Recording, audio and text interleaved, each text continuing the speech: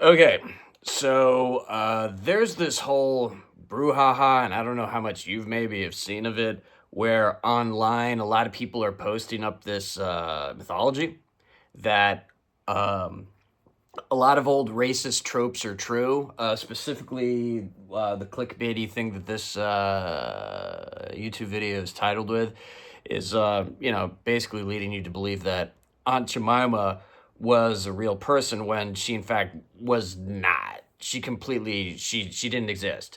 And I've researched this, and this is what I found.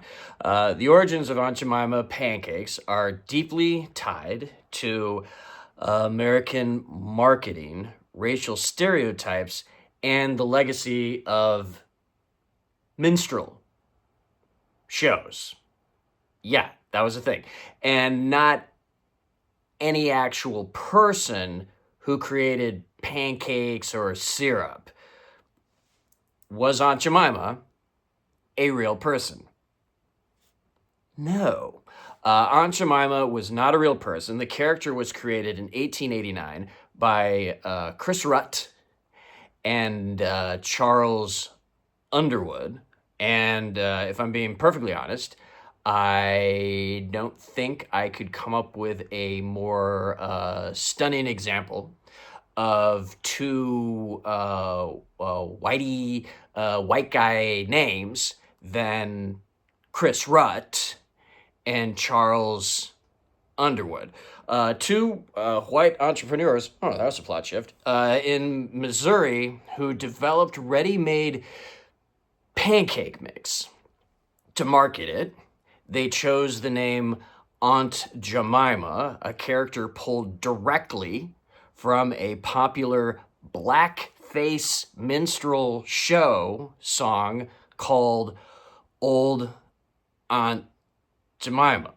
The song and character depicted a stereotype of a jovial black mummy figure who was seen as submissive and happy to serve white families, and an image rooted in slavery era nostalgia.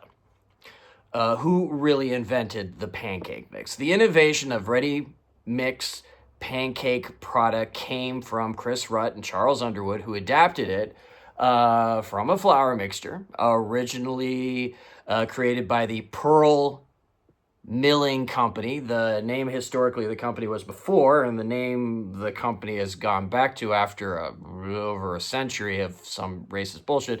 They were the first to market self-rising, pre-packaged pancake flour, which was a novelty at the time. And just for the record, I completely love pancakes. I don't want this to sound like I'm some anti pancake radical. No, nothing could be further from the truth. I love pancakes. Can't get enough of them.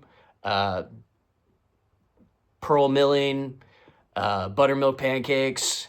Get some unsalted Irish butter in there. Syrup that I got from Trader Joe's. That's really good. Fry it up on the pan with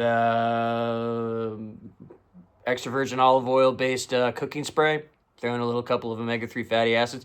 It's freaking delicious, man. I love it. I love it. The product eventually changed ownership several times, most notably being acquired by Quaker Oats in 1926, which aggressively branded Aunt Jemima with imagery meant to evoke comforting, down-home feeling rooted in plantation South. Isn't that nice? Well, what was the connection to minstrel shows? The name, Aunt Jemima, and her appearance were directly inspired by minstrel shows, where white actors, just in case you didn't know what blackface in blackface, they put like this makeup, not very flattering, like charcoal black, like very unnatural. No actual human being looks remotely like an actual human being if they're wearing blackface. It's intentionally clownish. where white actors in blackface perform caricatures of black people. The song Old Aunt Jemima was one such staple, with lyrics and performances reinforcing racist tropes. Over the decades, black actresses, and this is where it comes in with a part of like, oh, but I thought she was a real person. I saw a photograph of her at the whatever State Fair. Over the decades, black actresses were hired to portray Aunt Jemima at fairs and events, but they were strictly performers, not inventors or contributors to the product itself. A little bit I read on this, they were often not even paid. They maybe had the benefit of all the food that was catered for the event itself. They had like a couple of days of their meals being comped. Maybe, you know, it was the best they had eaten all year, considering, you know, a lot of that stuff was happening in Jim Crow South and whatnot, and you take what you can get. You take what you can get. So I don't fault anybody who took that gig, but I know they sure the heck didn't get paid a whole heck of a lot, if anything at all. Why was the name removed? Pretty obvious.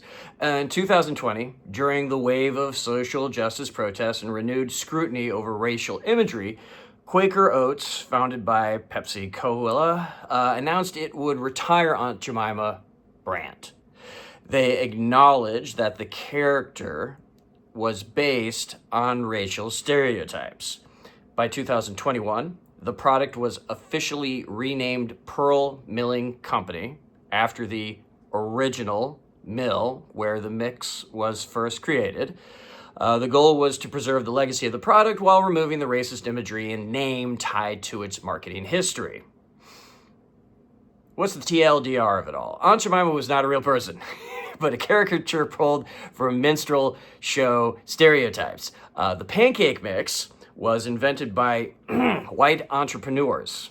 What were those the guys' names? Oh yeah, Chris Rutt and Charles Underwood. And is the white entrepreneurs, 1889. Black actresses were hired for advertising, but didn't invent the product.